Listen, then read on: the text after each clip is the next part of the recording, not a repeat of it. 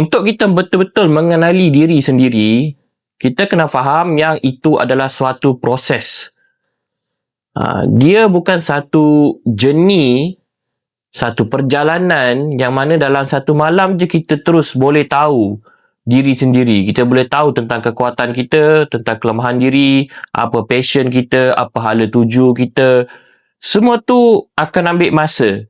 Sebab tu sekarang ni kalaulah kita belum lagi jelas tentang siapa diri, teruskan dulu perjalanan hidup. Cuba perhatikan diri, cuba teruskan belajar untuk mengenali diri. Itu jauh lebih penting daripada kita langsung tak cuba mengenali diri, tak cuba untuk mengetahui kekuatan kita, apa passion kita, apa purpose kita dalam kehidupan ini.